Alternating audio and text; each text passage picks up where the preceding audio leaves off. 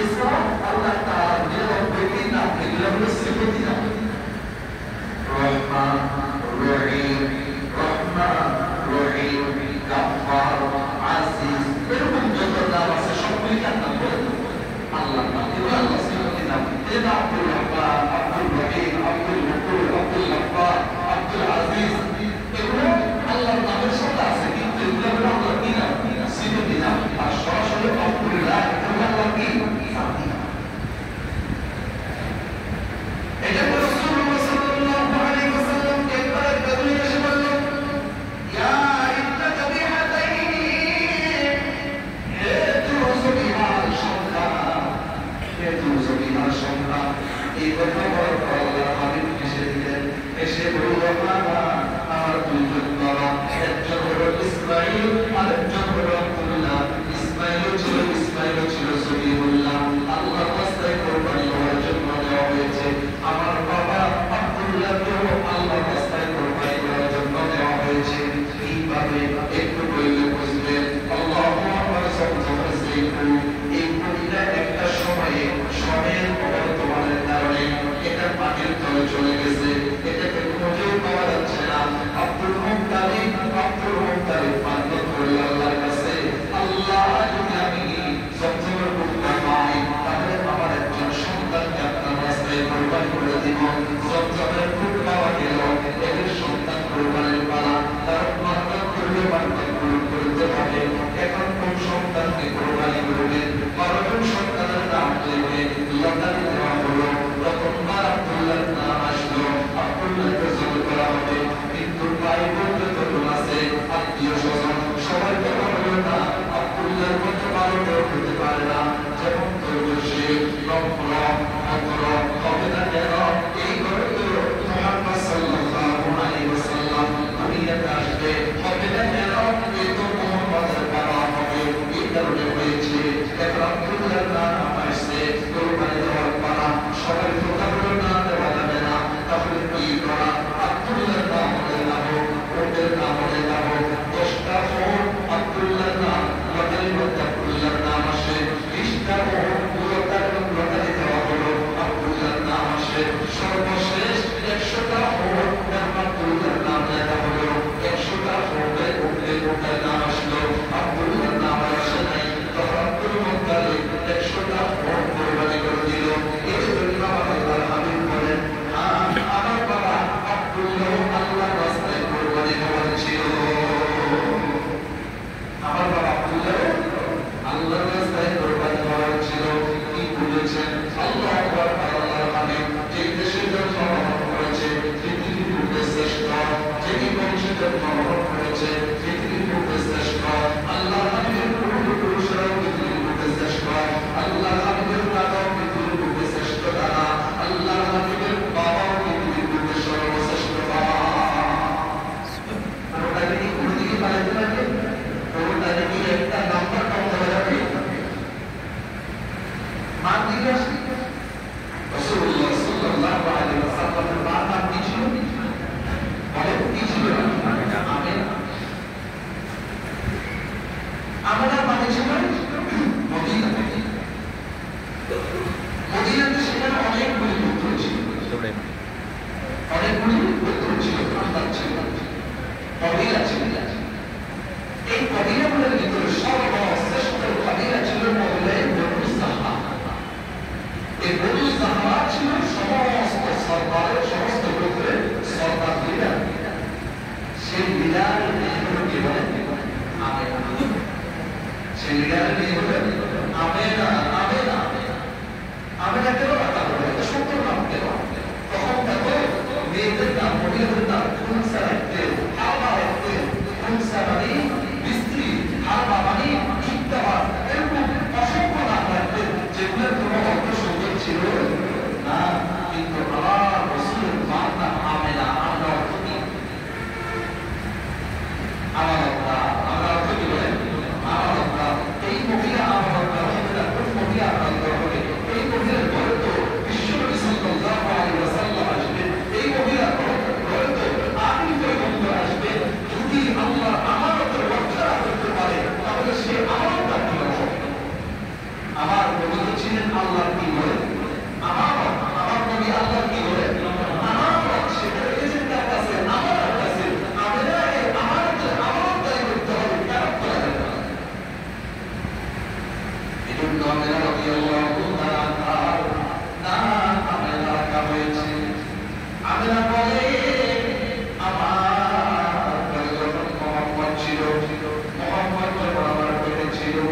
আমি যেই দিকে যাইতাম ওই দিকের গাছপালা আমাকে শ্রদ্ধা করতো সাথে সাথে ঢুকে যাইত আমি তো বুঝতে পারতাম না এমন কেন করে আবার করে আমাকে সালাম দিত এত সম্মান করিত আমি যখন জমজমের পুকুরের গাছের পানি আনার জন্য যাইতাম জমজমের পানিগুলি থাকতো নিচে আমাকে দেখার সাথে সাথে পানিগুলি পুকুরের দিকে দৌড়ে উঠে যাইত আমি আমার কোনো কষ্ট হইত না আমি যদি দিন আমি পুকুরের বাইরে থাকতাম হয়তো আমার সন্তান পেটে কষ্ট পাইত এজন্য আল্লাহর এতটুকু চাপ নাই পানিকে উপর থেকে বেরোতে রোধে দিত আমি সেখান থেকে পানিটা ফসল করে দিতাম আমার কিন্তু পরিবার কষ্ট হতো না আমি না বলে আমার সাথে বিভিন্ন মহিলারাও সেখানে যাইত পানিয়ার জন্য যাইত মহিলারা আমাকে বলতে হবে না তুমি আমরা এখানে থাকা পর্যন্ত আমাদের পানি দেওয়া পর্যন্ত তুমি একটু অপেক্ষা করো পানি থাকো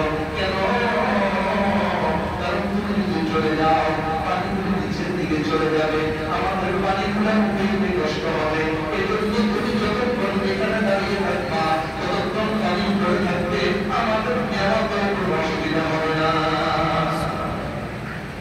সেই ছিল আমরা তার কারণে ওই মুহাম্মদ সাল্লাল্লাহু আলাইহি ওয়াসাল্লামের বরকতের কারণে মুহাম্মদ দুনিয়ার মধ্যে আসবে কি নাম রাখা যায় নামের তো অভাব নাই আল্লাহু আকবার আমার রাসূল সাল্লাল্লাহু আলাইহি ওয়াসাল্লামের দুইটা নাম মুহাম্মদ আহমদ বলে দিয়েছি মুহাম্মদ আহমদ এই দুইটা নাম পৃথিবীর বুকে সর্বশ্রেষ্ঠ এই দুইটা নাম থেকে দামি আর কোনো নাম হতে পারে না এই দুইটার নামের একটা অর্থ বুঝে মুহাম্মদ মানে প্রশংসিত মুহাম্মদ মানে কি প্রশংসিত কেমন প্রশংসিত পৃথিবীর বুকে এই পর্যন্ত মুহাম্মদ সাল্লাল্লাহু আলাইহি ওয়াসাল্লাম থেকে বেশি কোনো নবীর আর প্রশংসা করা হয়নি সবচেয়ে বেশি প্রশংসা যার করা হয়েছে তার নাম কি বলে মুহাম্মদ সাল্লাল্লাহু আলাইহি ওয়াসাল্লাম আর আহমদ মানে শব্দে মুহাম্মদ আহমদ আহমদ মানে আহমদের অর্থ হলো অধিক প্রশংসাকারী মানে আমার নবী এ পর্যন্ত আল্লাহ যে পরিমাণ প্রশংসা করেছে কোন নবী আল্লাহ ওই পরিমাণ প্রশংসা করতে পারে না কথা বুঝছেন কি এজন্য হাদিস রাসূলুল্লাহ হাবিব বলেন ময়দানে হাসরে আমাকে যখন মাকামে মাহমুদ লাভ করা হবে আমি মাকামে মাহমুদের মধ্যে দাঁড়িয়ে আল্লাহ এমন প্রশংসা করব আমার আল্লাহ প্রশংসা করবে এমন গুণগান গাইব যেটা আমার আগে কোনো নবী করতে পারে না এবং কিয়ামত পর্যন্ত কেউ করবে না আমি আমার আল্লাহর প্রশংসা করব খুব সুন্দর প্রশংসা করব এরকম প্রশংসা কেউ করে নাই করতেও পারে নাই এই জন্য আমার নবীর নাম হলো আহমদ একটু চিন্তা করে দেখো মুহাম্মদ আর আহমদ দুইটা নামের প্রণামের মধ্যে নকটা আছে কিনা বলেন পুরো নামের মধ্যে নকটা নাই আরবিতে নকটা বলে এক নকটা আছে দুই নকটা আছে তিন নকটা আছে আলিফ বার মধ্যে নকটা তার মধ্যে দুই নকটা তার মধ্যে তিন নকটার উপরে কোনো নকটা নাই এদের একটু দেখেন আমার নবীর নামের মধ্যে কোনো নকটা আছে কিনা বলেন মুহাম্মদ মিম হা মিম দাল আহমদ আলিফ হা মিম দাল কোনো মধ্যে নকটা নাই কেন নকটা নাই আমার আল্লাহ তুমি পছন্দ করে নাই যে আমার নবীর নামের মধ্যে নকটা হবে একটু ভুল থাকবে একটু সমস্যা থাকবে আমি আল্লাহর এতটুকু বরদাস্ত হবে না আমার নবীর রমজানের কিংবাকে রমজানের মাঝে ভিতরে নকটা আছে বলি খলিলুল্লাহ নামের ভিতরে তিনটা নকটা আছে ইসমাঈল নামের ভিতরে নকটা আছে কিনা বলেন ঈসা নামের ভিতরে নকটা আছে কিনা বলেন আইয়ুব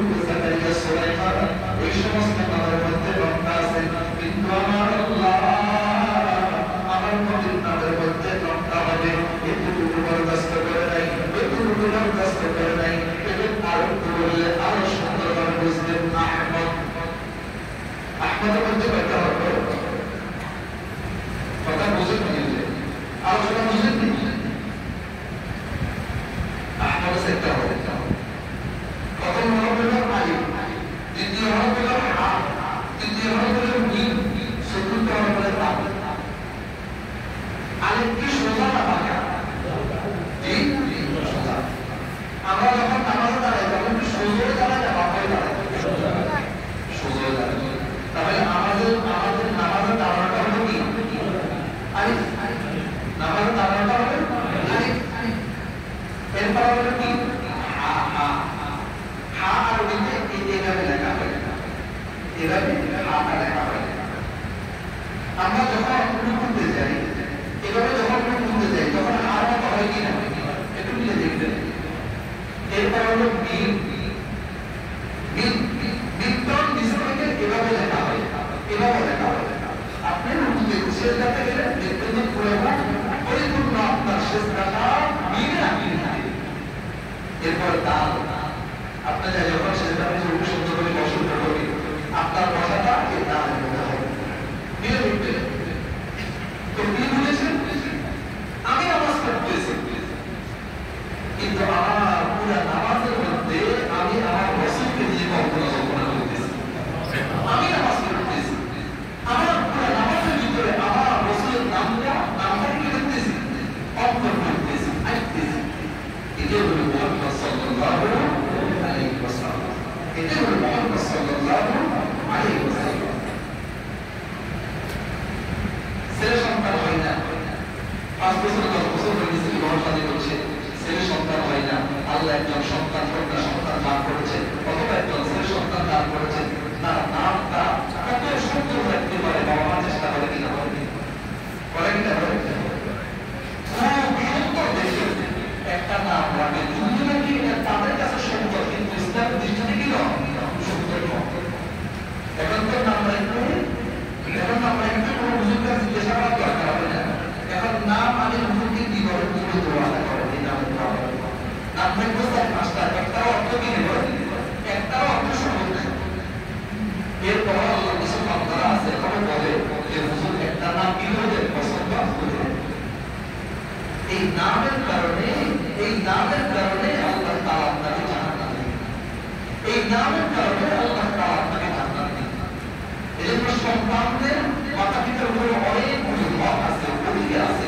এর ভিতরে একটা অধিকার হলো যত্নের পরে বাচ্চার সুন্দর একটা কি রাখা, নাম রাখা, সুন্দর একটা নাম রাখা। এখন তো আমরা সুন্দর নাম রাখি না, সুন্দর নাম বলতে হলে বলে এটা কুকুরের নাম। আপনি আমার রাসূল সাল্লাল্লাহু আলাইহি ওয়াসাল্লামের মেয়ের স্ত্রীর নাম দিয়ে কুকুরটা কুকুরেন, রাসূলের চাচার মেয়ের নাম দিয়ে কুকুরটা কুকুরেন, সাহাবায়ে কেরাম সাহাবিয়াদের নাম দিয়ে স্ত্রীর কুকুরটা কুকুরেন, বলে কিনা হয়? এখন আপনি নতুন নাম বলেন, আপনার ইসলাম, আপনার নাম, সব কিছু আপনার ইসলাম কি কখনো আপনার হবে? ইসলাম কি কখনো বলাতে হবে? রাসূল সাল্লাল্লাহু আলাইহি ওয়াসাল্লাম 1450 বছর আগে যে ইসলাম নিয়ে এসেছে, সেই ইসলাম কিয়ামত পর্যন্ত চলতে থাকবে। যে 5 ওয়াক্ত নামাজ সেটা চলতে থাকবে, যাকাত, নামাজ, হজ, যাকাত, রোজা, দান, সাদকা, খরবা, সব কিছু কিয়ামত পর্যন্ত রাসূল যে ছিলেন, যেভাবে ছিল কিয়ামতের আগের যেভাবে থাকবে। তাহলে ইসলাম কোনো নতুন পুরা হয় না, ইসলাম নতুন চলবে। তো কি বলতে চাচ্ছিলাম? যেহেতু রাসূল সাল্লাল্লাহু আলাইহি ওয়াসাল্লাম দুনিয়াতে আগমন করবেন, এজন্য রাসূলের নামটা পছন্দ করেছে কে বলেন? কে পছন্দ করেছে? আল্লাহ। মুহাম্মদ, আহমদ, পৃথিবীর বুকে আমার রাসূল দুনিয়াতে আসার আগে কারো নাম ছিল না। সুবহানাল্লাহ। আমার রাসূল দুনিয়াতে আসার আগে কারো নাম মুহাম্মদ এবং আহমদ ছিল না। এটা একমাত্র আল্লাহ তার জন্য কাজ করেছে। কার জন্য কাজ করেছে? মুহাম্মদ মুস্তাফা সাল্লাল্লাহু আলাইহি ওয়াসাল্লামের জন্য কাজ করেছে। আমরা সেই নবীর উম্মত, আমরা সেই নবীর উম্মত, এজন্য গর্বিত আমরা আলহামদুলিল্লাহ। উম্মতে মুহাম্মদী আল্লাহ তাআলা আমাদেরকে উম্মতে মুহাম্মদী বানিয়েছে, এজন্য আলহামদুলিল্লাহ। শুধু আলহামদুলিল্লাহ বলে বসে থাকলে হবে না, আল্লাহ রাসূলের আদর্শ অনুযায়ী নিজের জীবনকে সাজাইতে হবে, আল্লাহ রাসূলের আদর্শ অনুযায়ী নিজের জীবনকে সুন্দর করতে হবে। বাইরে তার থেকে নিয়ে মাথা তালু পর্যন্ত 3.5 হাত বডির মধ্যে রাসূলের সুন্নাহ দ্বারা নিজের বডিকে সুন্দর করতে হবে। এটার নাম হলো, এভাবে যদি আমি আমার রাসূলের